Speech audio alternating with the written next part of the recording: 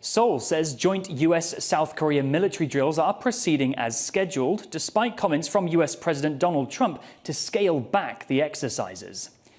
In a social media post, Trump criticized the annual drills as costly, adding that they, quote, send an inappropriate and hostile message to Pyongyang. This comes after North Korea reportedly launched 2 ballistic missiles in the lead-up to the exercises. In his post, Trump also referred to South Korea's refusal to help the US with the Iran war. Reuters says that South Korea's Joint Chiefs of Staff declined to comment on Trump's statements. The US has also recently moved its last aircraft carrier in the Pacific to the Middle East amid the Iran war, raising concerns that conflict is pulling the US from its commitments in East Asia. Our reporter Alan Liu spoke with Ja Ian Chong, an associate professor at the National University of Singapore, to find out more. Trump says the U.S. will scale back military drills with South Korea, citing what he calls his, quote, very good relationship with North Korean leader Kim Jong-un.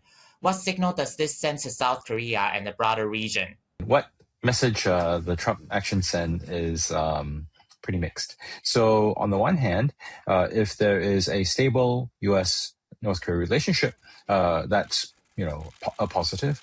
But if it is read also as a signal of a lack of U.S. commitment at a time when the Secretary for Policy at the U.S. Department of Defense, Albert Jacoby, had been sent around the region to send assurance, then it suggests that the U.S. might possibly be wavering, or at least is having a very confusing position. So I think overall the picture is quite mixed for countries in East Asia. This also comes as the U.S. has just pulled its last aircraft carrier in Asia to support operations related to Iran.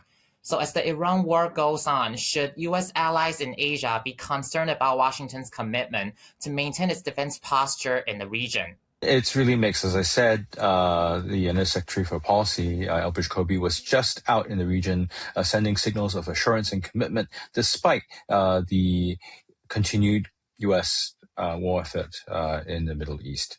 Now, that having been said, the fact that you have the George Washington being pulled and the fact that it's being pulled to relieve the Abraham Lincoln, which because of its long deployment has been facing mental health issues on board, which suggests questions possibly about U.S. readiness, right? So all these things, I think, again, might give countries in East Asia that work closely with the United States some reason for worry. That having been said, the U.S. also just finished exercise Pitch Black out in Australia, which is a major exercise.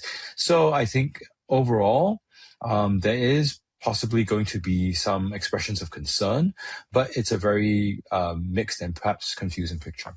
We've also seen fewer U.S. military transits through the Taiwan Straits.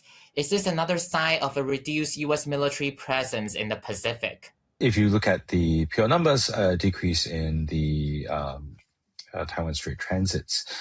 And you could also add to that the number of South China Sea freedom of navigation operations, right? So for maritime states in East Asia, they might be concerned. But on top of that, we also see the U.S. deploying its Coast Guard vessels, 4 bigger vessels, but still only 4, to the region to suggest that it is trying to stabilize the situation without escalation. It is trying to work with allies and partners. So I suppose what we are getting again is a further reinforcement of this very mixed picture we're getting from Washington right now.